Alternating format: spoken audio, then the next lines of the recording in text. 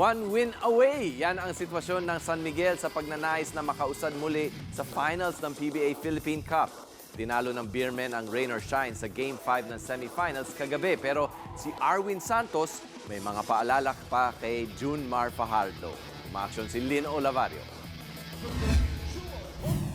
Tablang sa 2-all ang rain or shine at San Miguel pagpasok sa crucial na Game 5 ng kanilang best-of-7 semi-final series. Dikit ang low-scoring first quarter na kinuha ng Beermen 17-13. Naging sagutan ng baskets ng mga higante ang ikalawang yugto.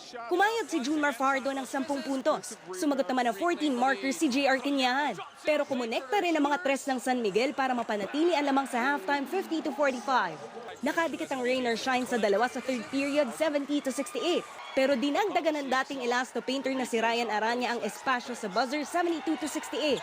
Aranya rushing down court, spinning into traffic. Oh! Ryan Aranya comes up with a miracle. Sa final frame, nakalayo ang defending champions. As Chris Ross. Muling nag-init sa labas sina Chris Ross at Arwin Santos sa kasagsagan ng 20-8 run para palubuhin na lamang sa 16, 92-76. Hindi na nila hinayaan pang makalapit ang rain or shine at nakuha ang panalo 103-94 para sa 3-2 lead sa serye. They realize na the importance of this game is more of a mental game.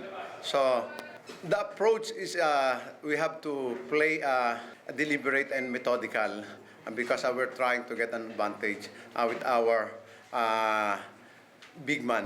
Nanguna pa rin si The Kraken sa kanyang ikapitong sunod na double-double na 27 points at 12 rebounds. Hindi raw niya alintana ang pagod ngayong mas balanse ang atake ng Beermen. Kahit mahaba minutes ko na sa court, hindi naman sa akin lahat yung bola, so medyo nakakapagpahinga. Si Arwin Santos, lagi raw pinapaalala sa two-time MVP na mas magtiwala sa mga kakampi para hindi siya masyado mahirapan. Kailangan magkaroon kayo ng tiwala sa bawat isa para at least lahat gumagana, para mas magiging madali sa iyo yung trabaho mo. Para naman kay Coach Yengyao, dapat nilang masolusyonan ang kanilang dilema sa depensa. When Fajardo was making his 38-40 points, we were actually winning. No? But now he's making less. It's more difficult for us to win the games. So that means they're spreading it out. Pero nananatiling positibo ang kanyang mga bataan na hindi na bago sa ganitong sitwasyon. We're a resilient bunch of guys. We're down right now, but we're not out. Gaganapin ang Game 6 bukas at mapapanood alas 7 ng gabi live sa TV5. Umaaksyon, Lynn Olavario, News 5.